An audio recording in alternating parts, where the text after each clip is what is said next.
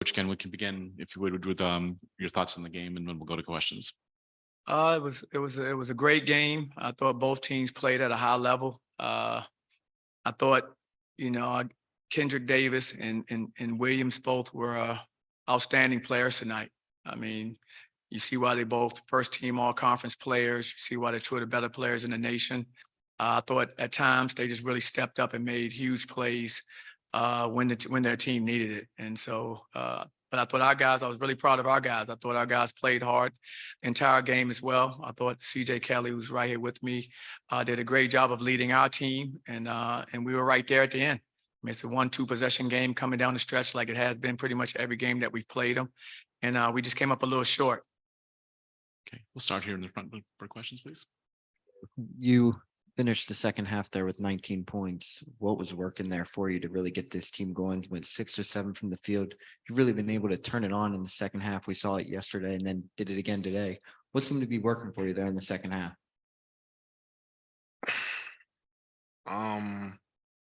Just good play calls and good action. Coach puts me in a lot of actions, getting myself open. They did a good job denying me. So I really just try to take what the defense gives me. They both teams been playing me really tight, and I use that to get to the basket, and it kind of set up my jumper.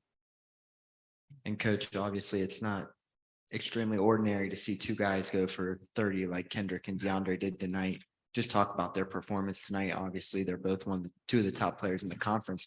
Just give your thoughts on those two guys' performance tonight. Well, watching them play tonight, they're not only two top players in the conference, probably two of the better players in the nation. Both of those young men they have experience. They're really skilled, and they played their best when it was needed. I watched the plays they made, and we ran different coverages at them, different things to show them different looks, and they still found ways to make plays, and that's a sign of really good players. I mean, they were still finding ways through our coverages, some double teams, different things we were throwing at them, and they stayed focused and still made good decisions and made baskets when they needed to.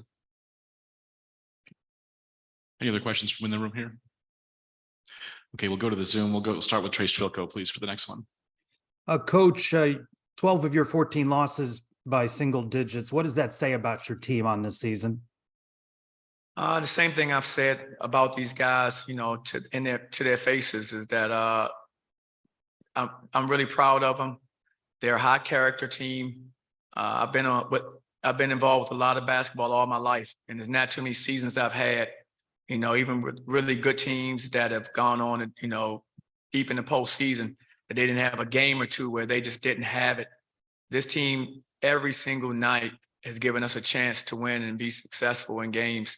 And that's a tribute to their character and their leadership. I mean, guys like CJ Kelly, guys like Michael Durr, Brandon Suggs, guys on our team, the upperclassmen, Lahat, those guys set the tone for how we're going to be. And I thought they did a great job of establishing that with this team.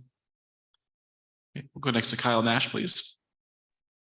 Coach, obviously you'd rather be talking about this concept in a win, but you guys, had a bit of a rough start in the first half, had a lot of turnovers, then cleaned that up quite a bit in the second half. In your mind, what was it you guys did that kind of helped to clean that up? Well, they have a great style of play. Memphis does, and it's chaotic. You can get lulled into playing the way they want to play real quick. And I thought we got lulled into playing too fast because that's the way they're going to play. And so what we did in the second half, we settled down. We tried to slow our guys down and take what the defense gave us, like CJ Kelly said, take what the defense gives you.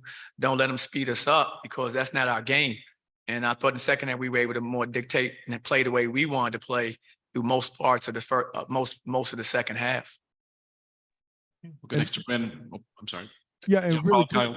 yeah. We got a quick follow up there too. With that in mind, CJ, I asked you about this the previous game. In your mind, when did you guys really start to feel like you had overcome those first half mistakes to kind of make this a run at the end? You tied it up in the second half and all that. When we picked up our defense and we started locking down, we cut down the turnovers and we started playing UCF basketball. I think that's when things started to change.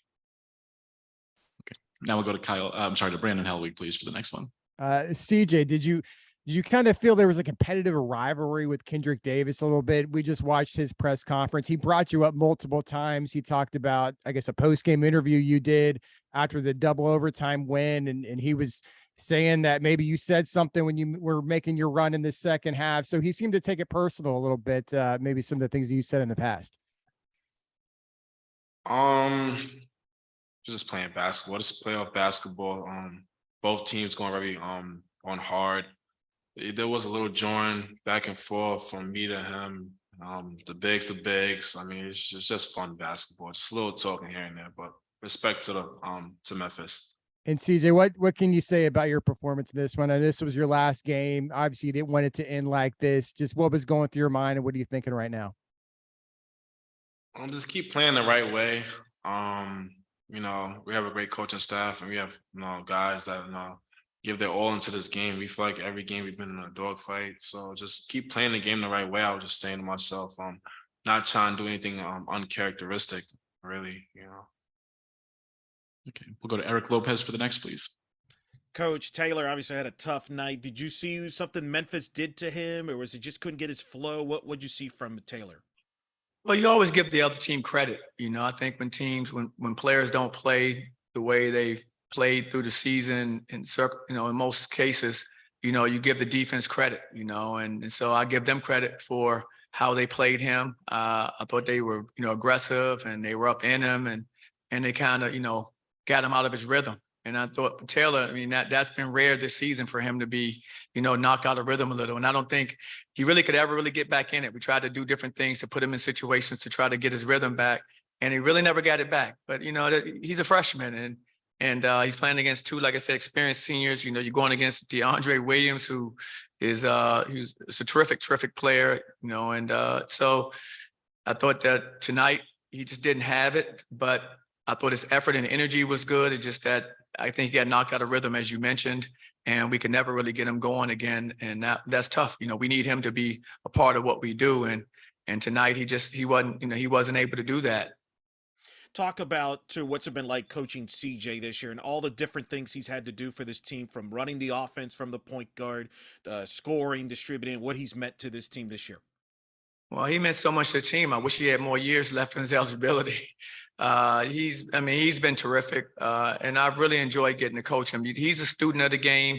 He has an intellectual curiosity. He's always trying to learn and get better. He always has questions, and they're always good questions. He's always trying to figure out ways to improve, and that's the type of young man you root for. And so, just enjoy coaching him from the standpoint.